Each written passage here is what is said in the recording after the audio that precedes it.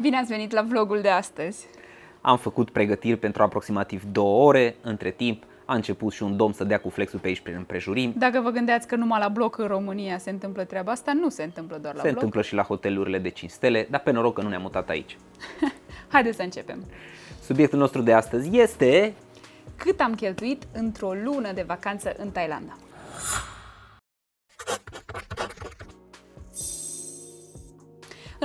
Înainte de toate, trebuie să știți că noi am fost în Thailanda în luna decembrie, am prins și Crăciunul și Revelionul acolo, deci să luați asta în calcul de la bun început.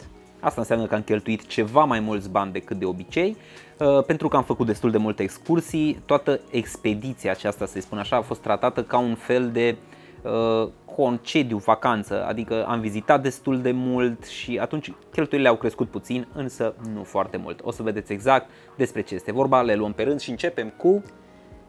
Înainte să începem, trebuie să să spunem începem. ce am vizitat. Am vizitat... Nu, înainte să spunem ce am vizitat, trebuie să ne oprim pentru că nu ne-ai dat subscribe. Și nici n-ai dat like clipului. Și noi ne-am chinuit așa de mult să facem clipul acesta. Haide, dă un like, vei vedea că îți place, dă și un subscribe și mergem mai departe. Ce am O să vizitat? așteptăm 2 secunde să dai like. Ok. Acum că ai dat like, o să începem cu cele 4 destinații pe care le-am vizitat în Thailanda. Și anume, Krabi, Koh Samui, Bangkok Și Phuket. 4 destinații. Noi de fapt am ajuns în Thailanda direct în Phuket pentru că am avut un zbor din Bali în Thailanda. Din Bali în Thailanda. Da. Și am ajuns în Phuket. Probabil dacă vei dori să zbori din București ar trebui să cauți varianta de Bangkok. Explorează și varianta de Phuket, însă noi așa am ajuns în Thailanda. Am stat în Phuket doar 3 nopți. Nu am petrecut prea mult timp acolo, deoarece am considerat că nu ni se potrivește prea mult destinația, este destul de aglomerat, destul de multă lume. Și să începem cu prima cheltuială? Exact. Vom avea în total 7 categorii de cheltuieli și o să începem cu cea mai scumpă, luând la final cea mai ieftină. Prima cheltuială și cea mai costisitoare, de altfel, este... Mâncare? Nu, Dani, nu mâncare. Cazări. Cazările, da.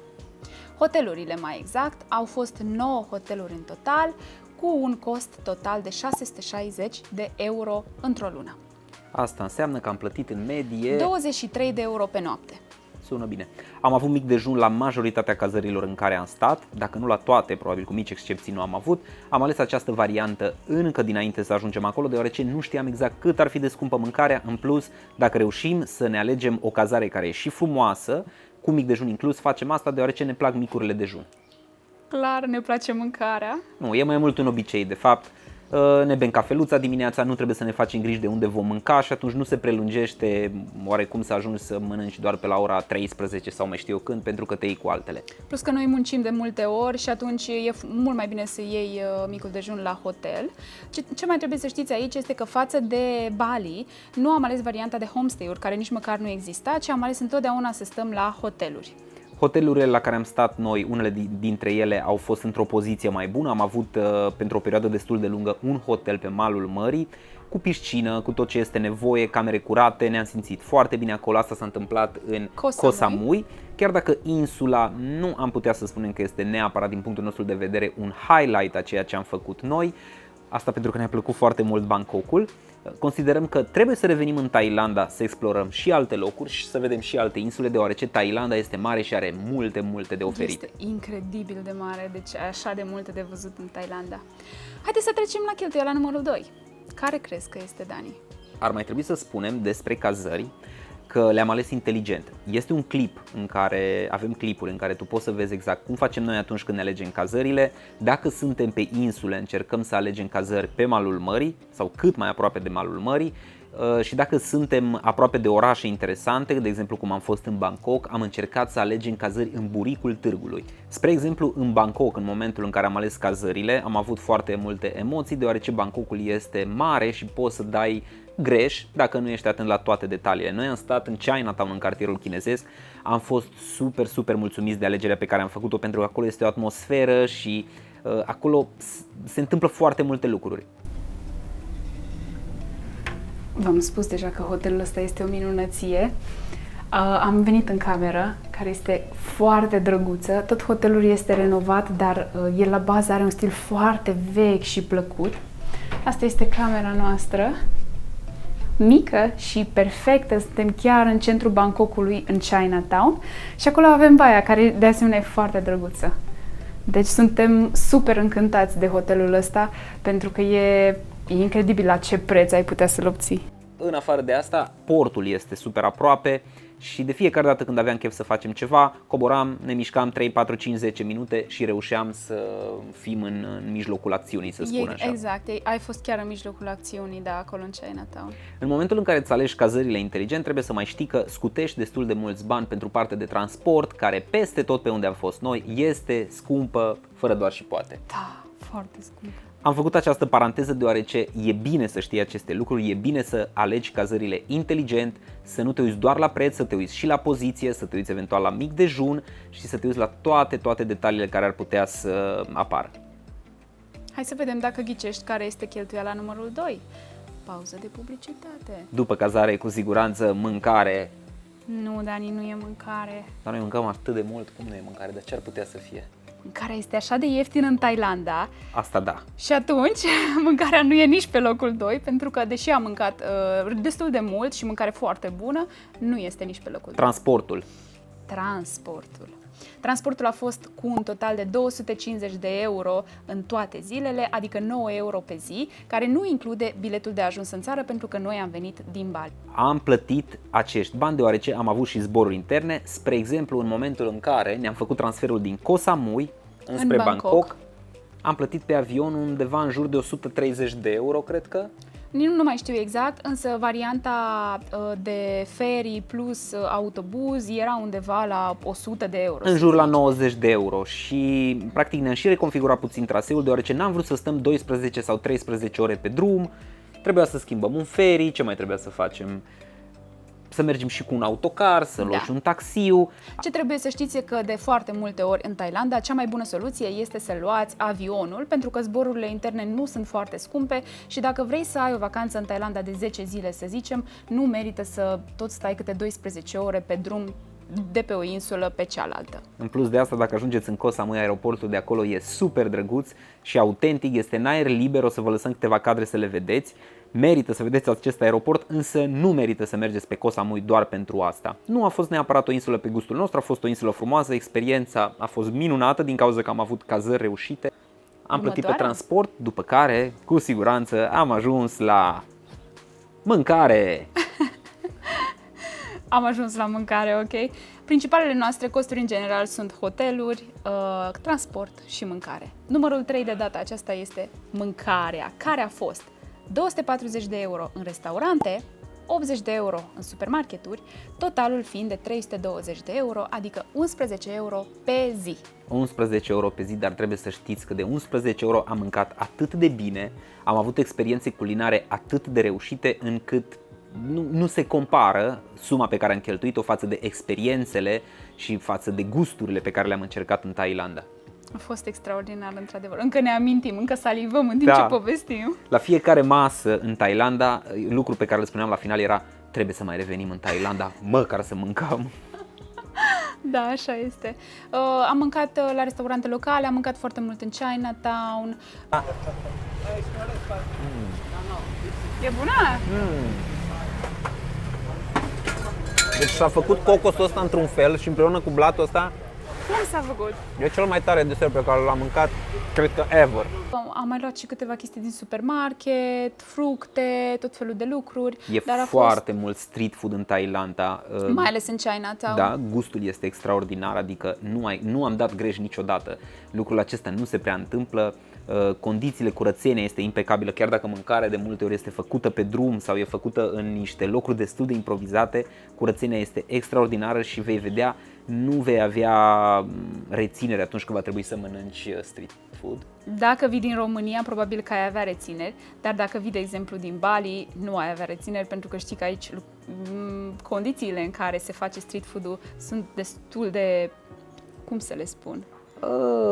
În Bali, condițiile în care se face street food-ul sunt neglijente, să le spunem Neglijente. așa, deoarece standardul lor de curățenie este puțin diferit. Ei sunt oameni curați, să nu ne înțelegeți greșit, sunt Dar foarte modul curați. în care prepară mâncarea este... Da, modul în care prepară mâncarea, de multe ori în cazări nu veți găsi cea mai bună curățenie, însă ei sunt niște oameni curați, au haine curate tot timpul, niciodată nu am simțit mirosuri dubioase sau alte lucruri de genul când ne-am plimbat pe străzi. Însă thailandezii au o bucătărie impecabilă și dacă e pe stradă, așa de impecabil e totul de nu-ți vine să crezi. Pun mare accent pe asta, pe bucătărie, pe mâncare, pe gusturi. Oamenii sunt incredibili și un alt mare avantaj este că tu vei mânca la aceleași prețuri la care mănâncă localnicii. Și nu va trebui să stai să negociezi tot timpul. Vă spunem asta deoarece în Bali sunt foarte diferite lucrurile. Bali este un loc în care va trebui să fii tot timpul atent la prețuri și vei plăti mult mai mult decât plătesc Cel puțin localnicii. Da? În Thailanda lucrurile acestea nu se întâmplă. Sau în locurile în care am fost noi în Thailanda, dar v-am spus, am fost în 4 locuri și erau turistice locurile Da, și în fiecare loc a fost la fel, un preț super ok, accesibil și tot ce trebuie. Trecem la următoarea. Numărul 4. Pe ce am mai putut să cheltuim bani? O cheltuială destul de mare a fost Visa. 120 de euro pentru o lună, de 60 de euro de persoană. Aici avem poveste mai lungă. Vă spune Diana povestea, pentru că ea și-a bătut capul cu Visa și în cele din urmă nu au reușit lucrurile așa cum ne-am propus. Te rog, Diana, explică-ne. Întotdeauna când îți iei viză electronică și aplici pentru o viză, este foarte important să îți iei foarte multe zile înainte, Dar în același timp nu prea multe, pentru că poate să expire timpul în care tu poți să folosești viza. E foarte discutabil. Trebuie să fii foarte atent la sărbătorile naționale românești, sărbătorile naționale thailandeze, weekenduri, pentru că totul este în zile lucrătoare. Nici nu știu dacă am fi găsit exact sărbătorile naționale thailandeze undeva, dar ideea este... Ce ți-am recomandat noi este să-ți iei un minim de 20 de zile, dar nu mai mult de 30 20 de zile lucrătoare. 20 de zile lucrătoare, dar nu mai mult de 30 de zile lucrătoare. Tu poți să folosești această viză pe care o poți primi online. Ne referim aici la viza de 60 de zile, da? Pentru că sunt mai multe cea de tipuri. 30 de zile oricum. Cea de 30 de zile cred că o primești mult mai repede. Poate. La viza de 60 de zile trebuie să depui mai multe acte decât la viza de 30 de zile. Pentru viza de 60 de zile trebuie inclusiv să demonstrezi că ai o anumită sumă în cont, trebuie să specifici că ești angajat. A fost o nebunie, am stat în jur de 4 ore pe ceas să depunem vizele, am zis că murim acolo lângă ea, dar am reușit să o depunem. Au fost sărbători thailandeze între timp, au fost sărbători românești între timp și și-au luat și o extra vacanță între timp, așa că cumva și-au deschis biroul chiar când am plecat noi în Thailanda, deși noi depusesem cu vreo 14 zile înainte, dar vreo 10 zile lucrătoare, cam așa erau. Da. Așa că nu am avut viză, am plătit-o și nu am luat-o, în schimb ne-am luat visa on arrival. Ceea ce îți recomandăm și ție, dacă stai maxim 30 de zile. Procedeul acolo a fost super simplu, ai nevoie pentru visa on arrival de fotografii 4 pe 5 cm, o sumă de bani care e destul de mare, știu că am plătit 60 de euro de persoană. 60 de euro de persoană, ni s-a părut așa exagerat acest preț. Pur și simplu o să fie foarte simplu, deși în aeroport scrie că ai nevoie de itinerar, ai nevoie de tot felul de detalii, nu ți le cere nimeni. Vor doar banii tăi, îți dau indiferent de condiții, nu-ți cere nimeni nimic. Fotografie printată 4 pe 5, asta să ai la tine, vei completa acolo un formular, vei da bănuții, în câteva minute ți se va elibera viza și poți să stai maxim 30 de zile cu această viză în Thailanda. Da, foarte bine subliniat, Dani. Dacă vrei varianta de 60 de zile, gândește-te din timp. Iau din timp, însă trebuie să știi că odată ce ai depus și ți se acceptă această viză, tu trebuie să o folosești în termen de 60 de zile. 30, nu? În 60. În 60 de zile din ce am citit eu ultima oară, însă informează-te puțin. Noi suntem acum în 2023, la începutul anului, lucrurile se pot schimba oricând, așa că informează-te. Înainte de orice călătorie, indiferent unde, chiar dacă vezi clipuri pe YouTube, este foarte important să te uiți pe MEAE, de exemplu Thailanda, MEAE Thailanda sau MEAE Indonezia dacă vrei să vii în Bali, pentru că lucrurile se pot schimba peste noapte și noi nu avem de unde să știm. Asta s-a întâmplat când noi am făcut lucrurile, adică în decembrie 2022. Ce am mai făcut, Dani, foarte mult în Thailanda, în afară de mâncat? Plajă? Nu. Ne-am plimbat cu Songteo. Da, transport, încă ceva. Nu mai știu, Diana. Am vizitat multe, Dani. Da, exact. În Thailanda chiar am vizitat foarte multe lucruri, în special în Bangkok, pentru că sunt extrem de multe lucruri faine în care merită Fascinantă. vizitate. Noi suntem foarte selectivi la tot ce înseamnă vizite, nu prea intrăm la muzeu pentru că nu suntem noi cei mai mari artiști și nu ne atrage neapărat să ne uităm pe pereți, însă mergem la muzeele mari dacă ne facem temele puțin dinainte și știm cam ce o să vedem acolo. În Thailanda e puțin diferit, am făcut vizite interesante, o să facem vloguri despre vizitele pe care le-am făcut. Câți bani am cheltuit, Diana? 110 euro pe excursii și obiective turistice. Foarte puțin și nu ne pare rău deloc că am cheltuit acești bani, pentru că de regulă i-am fi cheltuit pe mâncare. Însă am avut și mâncare bună, am avut și experiențe plăcute în excursiile pe care le-am făcut.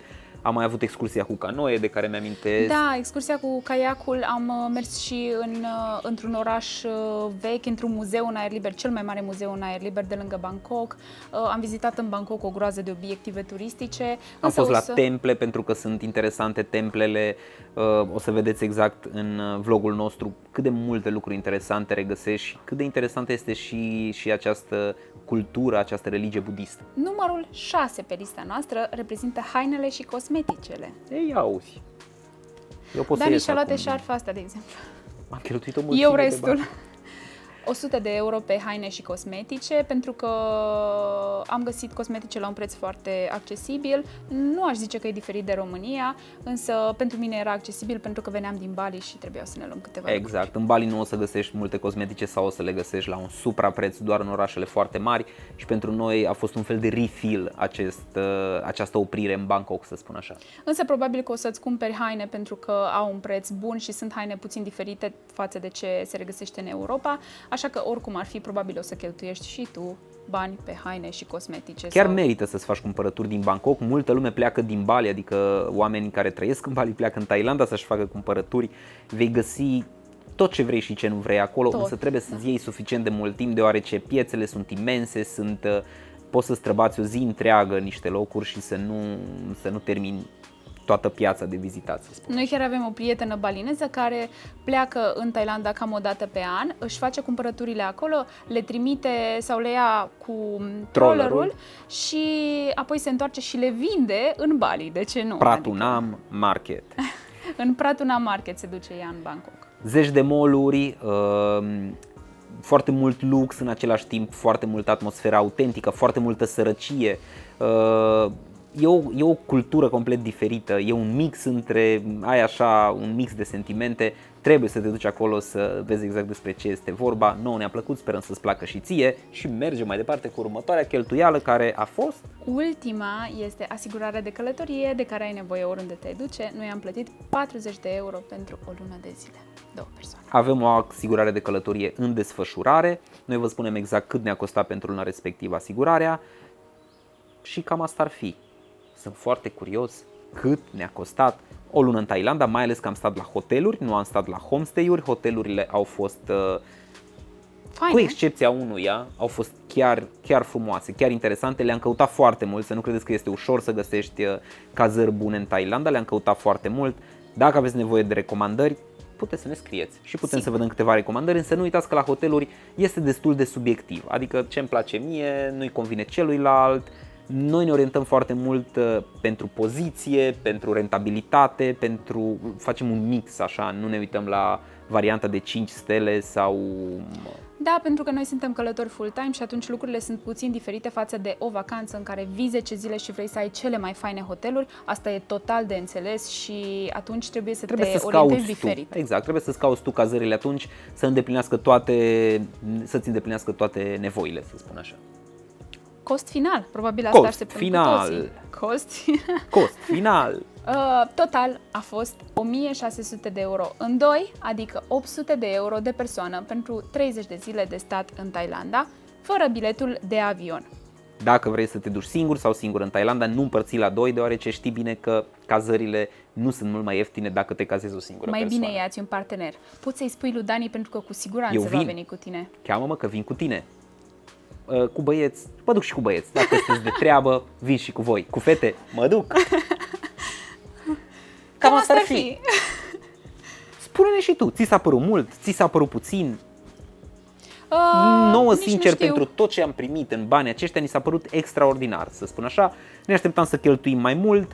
Am făcut clipul practic să vă puteți și voi orienta, în special dacă vreți să veniți să stați pentru o perioadă mai lungă, însă nu uitați că diferă destul de mult costurile în funcție de alte dorințe pe care le ai. Sigur că poate diferi foarte mult costul, adică costul poate fi mult mai jos, costul poate fi dublu, triplul, depinde foarte mult ce faci și unde alegi să mănânci, unde alegi să-ți petrești timpul, însă asta am făcut noi și ni se pare extrem de util să ai un clip în care să știi cât costă, domnule, pentru că toată lumea se întreabă. Dar cât costă, domnule? Cât ai? Așa de mult? Și atunci e foarte eficient. Nouă ne-ar fi plăcut să vedem un clip de genul acesta, exact cu cât ai cheltuit în Thailanda, pentru că e bine să te pregătești de dinainte și să-ți planifici puțin lucrurile și banii pe care îi ai de cheltuit pentru vacanța respectivă. Acesta e clipul, aceasta este Suma, aceasta este Diana Acesta este Dani. și până data viitoare, Ne vedem pe bilet de vacanță. bilet de vacanță. Să-ți zic să dai, urmărești. Ok, închide clipul ăsta și nu mai fă nimic. Ne vedem, pa!